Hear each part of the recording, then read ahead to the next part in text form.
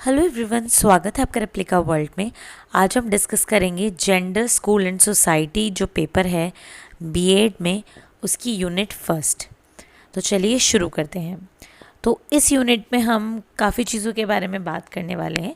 शुरुआत करते हैं कि जेंडर और सेक्स में क्या फ़र्क होता है, ये सेम होते हैं या डिफरेंट होते हैं। सबसे पहले इसके बारे में बात करते हैं। तो अगर हम सेक्स के बारे में बात करें तो ये बायोलॉजिकली डिटरमाइन होता है और इसमें बायोलॉजिकल डिफरेंसेस के बारे में बात होती है। कहने का मतलब ये है कि कोई भी जो एक पर्सन है वो मेल है या फीमेल है, ये उसका सेक्स है। तो अगर वो मेल है तो उसमें मेल जैसे बायोलॉजिकल फीचर्स होंगे, जैसे कि मूछें होंगी, दाढ़ी होगी, आवाज़ जो होगी मोटी होगी, रिप्रोडक्टिव सिस्टम जो है मेल वाला होगा, उसके अंदर स्पर्म बनते होंगे, मस्कुलर बॉडी होगी, इस तरीके के कुछ बायोलॉजिकल कैरेक्टर्स होंगे। इसी तरीके से जो फीमेल सेक्स होगा उसमें फीमेल जैसे कैरेक्टर्स होंगे, जैसे कि रिप्रोडक्टिव सिस्टम जो है वो फीमेल वाला होगा, जिसमें कि एग बनते होंगे, ब्रेस्ट होंगी, सॉफ्ट वॉइस होगी, हाई पिच वॉइस होगी और फेशियल हेयर्स नहीं होंगे। और भी बहुत सारी चीज़ें होती हैं जो कि फीमेल्स को फीमेल्स जैसा बनाती हैं। तो ये सब बायोलॉजिकल कैरेक्टर्स होंगे और इसके बेसिस पर ही हम डिफ़ाइन करते हैं सेक्स को, बायोलॉजिकल डिफरेंसेस के बेसिस पर। जबकि अगर हम बात करें जेंडर की, तो जेंडर एक सोशल टर्म है और जेंडर क्या करता है, gender define sex related behaviour in cultural context. Cultural context में सेक्स रिलेटेड बिहेवियर को डिफाइन करता है जेंडर। मतलब जेंडर एक सोशल टर्म है। तो ये जो कंसेप्ट ऑफ जेंडर है, इससे डिस्क्रिमिनेशन यानी भेदभाव पैदा होता है मस्कुलिन और फेमिनिन के बीच में। यानी यहाँ पे मस्कुलिन मर्दाना और फेमिनिन वाला कंसेप्ट आ गया, जिसमें कि सोसाइटी के अकॉर्डिंग कुछ ऐसे टास्क हैं जो सिर्फ मैन यानी आदमी ही कर सकते हैं और कुछ ऐसे टास्क हैं जो सिर्फ महिलाओं को यानी फीमेल्स को ही करने चाहिए। और ये जो टास्क है कहीं भी उनकी बायोलॉजिकल एस्पेक्ट से रिलेटेड नहीं होते।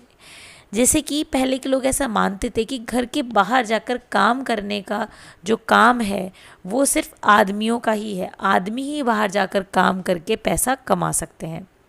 औरतों के बस की ये बात नहीं है। औरतों का काम है घर पर काम करना, बच्चे पैदा करना, बच्चों को पालना, उनकी देखरेख करना, अपने जो पति है उसकी ज़रूरतों का ध्यान रखना या परिवार की ज़रूरतों का ध्यान रखना। हालांकि समय के साथ ये सोच बदली और आज औरतें भी बहुत अच्छे से बाहर जाकर काम कर रही हैं और मेन के बराबर ही सक्सेसफुल हैं। तो विमेन भी आज काम कर रही हैं, घर का काम भी करती हैं और बाहर का काम भी करती हैं। पर फिर भी आज भी बहुत सारी ऐसी चीज़ें हैं, ऐसी धारणाएं हैं जो अभी तक लोग मानते हैं और उनको फॉलो भी करते हैं। जैसे कि अगर कोई ऐसा काम होता है जिसमें कि ताकत की ज़रूरत होती है तो उसको आदमी ही कर सकते हैं, उसको महिलाएं नहीं कर सकती, ऐसा सोसाइटी का मानना है। तो ये सब चीज़ें जेंडर से रिलेटेड है, क्योंकि सोसाइटी ने माना हुआ है कि कोई काम ऐसा है जो कि मर्द ही कर सकता है। तो ये मर्दाना वाला जो कंसेप्ट है, जो मर्द वाला और औरतों वाला कंसेप्ट है, ये जेंडर से ही आया है। इसमें कहीं भी कोई भी बायोलॉजिकल एस्पेक्ट नहीं है। अब बात करते हैं सेक्सुअलिटी की। तो सेक्सुअलिटी क्या होता है, ये बायोलॉजिकल होता है नेचर में और बहुत ही पर्सनल और प्राइवेट होता है किसी भी इंडिविजुअल के लिए। पर ये एक इम्पॉर्टेंट पार्ट होता है इंडिविजुअल लाइफ के लिए, क्योंकि इससे क्या होता है, रिप्रोडक्शन से जनरेशन्स आगे बढ़ती हैं और हर एक इंडिविजुअल की इमोशनल, फिज़िकल, सोशल ज़रूरतें होती हैं। तो जो सेक्सुअलिटी है उसमें जो इंसान की फ़िज़िकल और इमोशनल ज़रूरत होती है वो पूरी होती है और कहीं ना कहीं लाइफ को सस्टेन करने के लिए भी ये चीज़ ज़रूरी है। बट बहुत पर्सनल होते हुए भी ये जो कंसेप्ट है सेक्सुअलिटी का, ये सोशल प्रोसेस या सोशल फिनोमेना भी है और कहीं ना कहीं सोसाइटी इसको इन्फ्लुएंस करती है, सोसाइटी इसको कंट्रोल करती है। हर एक सोसाइटी में कुछ डिफाइंड रूल्स एंड ट्रेडिशंस होते हैं जो उसके मेंबर्स के सेक्सुअल बिहेवियर को कंट्रोल करते हैं। बेसिकली दो चीज़ें होती हैं, दो एजेंसीज होती हैं जो इस सेक्सुअल बिहेवियर को कंट्रोल करती है, वो होता है रिलीजन और फैमिली। हर एक रिलीजन में कुछ रूल्स एंड रेगुलेशंस होते हैं जो हर एक इंडिविजुअल को फॉलो करने होते हैं। जैसे कि रिलीजन्स में, ज़्यादातर रिलीजन्स में यानी कुछ रिलीजन्स को छोड़ के ज़्यादातर रिलीजन में यही होता है कि जितनी कोशिश हो सके हमारे उतने कम पार्टनर्स होने चाहिए या एक ही पार्टनर होना चाहिए। इससे क्या होता है कि बहुत सारी चीज़ें, बहुत सारी बायोलॉजिकल चीज़ें भी रिलेटेड हैं कि अगर मल्टीपल पार्टनर्स होते हैं तो एसटीडी यानी सेक्सुअली ट्रांसमिटेड डिजीज़ होने के बहुत ज़्यादा चांसेस होते हैं और भी बहुत सारी दिक्कतें होती हैं, इसलिए एक ही पार्टनर होना चाहिए। दूसरी बात, जिसके साथ शादी हो उसी के साथ ही क्या होने चाहिए, फिज़िकल इंटीमेसी होनी चाहिए, और ब्लड रिलेशंस में फ़िज़िकल इंटीमेसी नहीं होनी चाहिए। ऐसे बहुत सारी चीज़ें होती हैं। तो रिलीजन बहुत सारे रूल्स एंड रेगुलेशंस बनाते हैं और उसको जो रिलीजन को फॉलो करने वाले लोग होते हैं वो फॉलो भी करते हैं। फैमिली की बात आए तो फैमिली एक ऐसा ऑर्गेनाइजेशन है जहाँ पे हर एक की एक जगह होती है और हर एक की कुछ ड्यूटीज़ होती हैं और एक जीने का तरीका होता है। तो फैमिली में भी जो रूल्स होते हैं उसके हिसाब से ही चला जाए तो अच्छा होता है। हालांकि कुछ जगह ऐसी भी होते हैं, कुछ मौके ऐसे भी होते हैं जहाँ पर लोग नहीं ये रूल्स फॉलो करते और उस वजह से फिर आगे दिक्कतें आती हैं। तो फैमिली में भी रूल्स होते हैं, सबकी अपनी जगह होती है, एक दायरा होता है। तो जो सेक्सुअलिटी है वो परमिटेड होती है बस कुछ रिलेशंस में ही, जो कि बस एक ही रिलेशन होता है हस्बैंड और वाइफ का, यानी जिससे मैरिज हुई है उसी के साथ ही सेक्सुअल रिलेशन अलाउड होते हैं फैमिली में, और अदरवाइज बाकी रिलेशंस को इलीगल माना जाता है, सही नहीं माना जाता है। तो ये दो एजेंसीज हैं जिनके थ्रू सेक्सुअल बिहेवियर सोसाइटी में कंट्रोल रहता है। इसके बाद बात आती है फेमिनिज्म की। फेमिनिज्म एक ऐसा शब्द है जिससे सब लोग वाकिफ़ हैं आज, पर इसको कहीं ना कहीं गलत तरीके से समझा जाता है और कुछ लोग इसको गलत तरीके से इस्तेमाल भी करते हैं। हालांकि उसके बारे में हम बाद में बात करेंगे। सबसे पहले हम बात करते हैं कि फेमिनिज्म आखिरकार होता क्या है। तो फेमिनिज्म एक ऐसा मूवमेंट है जो इक्विटी और जस्टिस के बारे में बात करता है, समानता और न्याय के बारे में बात करता है।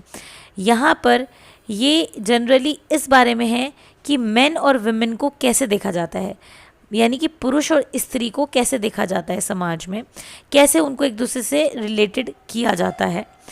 और फेमिनिस्ट ये नहीं मानते हैं कि सारे जो आदमी होते हैं वो ख़राब होते हैं और सारी स्त्रियां बहुत अच्छी होती हैं, ऐसा नहीं मानते हैं। तो क्या है फिर फेमिनिज्म? फेमिनिज्म बस उस चीज़ के अगेंस्ट है जिसमें सोसाइटी ने एक स्टीरियोटाइप बना लिया है कि औरतें ये काम करेगी, आदमी ये काम करेंगे, स्त्रियां जो हैं ये कुछ काम नहीं कर सकती, आदमी सब काम कर सकते हैं, आदमी जो हैं वो स्त्री के ऊपर अधिकार रखते हैं, उनके लिए वो फैसला लें, उनके अकॉर्डिंग ही स्त्रियां जो हैं अपने जीवन में चलें। इस तरीके की जो चीज़ें हैं फेमिनिज्म इसके अगेंस्ट है।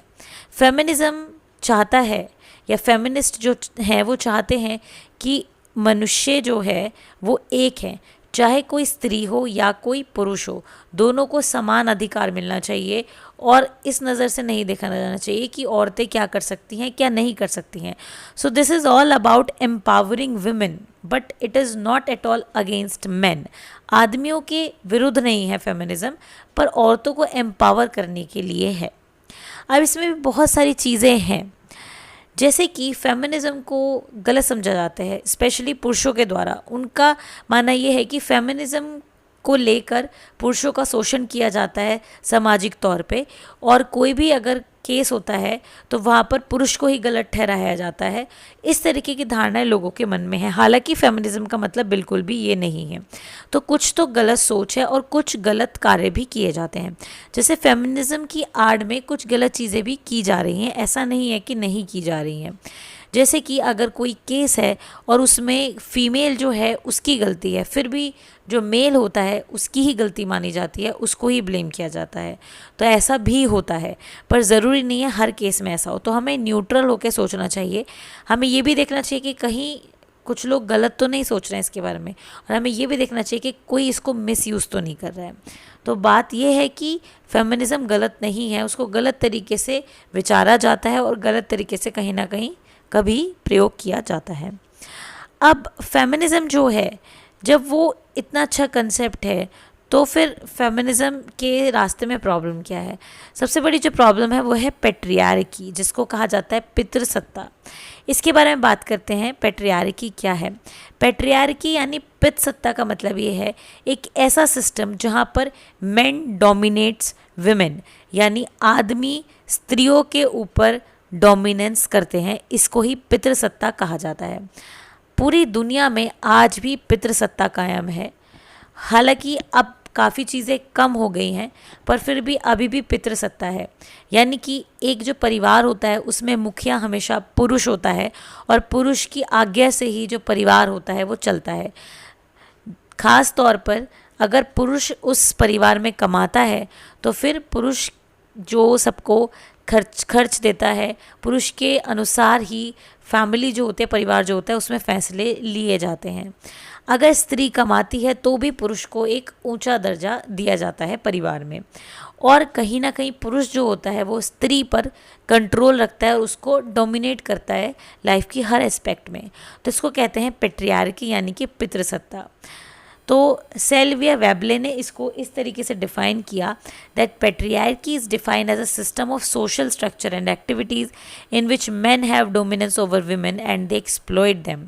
तो उनका तो ऐसा कहना था कि पेट्रियार्की यानी पितृसत्ता एक ऐसा सिस्टम है, एक ऐसा सोशल स्ट्रक्चर है, एक्टिविटीज़ या सोशल स्ट्रक्चर है जहाँ पर जो आदमी है वो औरतों पर यानी स्त्रियों पर डोमिनेंस रखते हैं और उनको एक्सप्लॉइट करते हैं। तो इस तरीके से ये बात थी पेट्रियार्की। आगे चल के हम इन चीज़ों के बारे में और भी बात करेंगे और एस्पेक्ट्स के बारे में बात करेंगे, फेमिनिज्म और पेट्रियार्की के बारे में भी। तो आज ये स्टार्टिंग थी यूनिट फर्स्ट की, तो आज के लिए सिर्फ इतना ही। आई होप कि आपको ये कंसेप्ट्स क्लियर हो गए होंगे। अगर आपके कोई क्वेश्चंस हैं, कोई सजेशंस हैं, तो मुझे कमेंट सेक्शन में ज़रूर बताइएगा। अगर आपको ये वीडियो अच्छी लगी हो तो लाइक ज़रूर करें और रेप्लिका वर्ल्ड को सब्सक्राइब करें।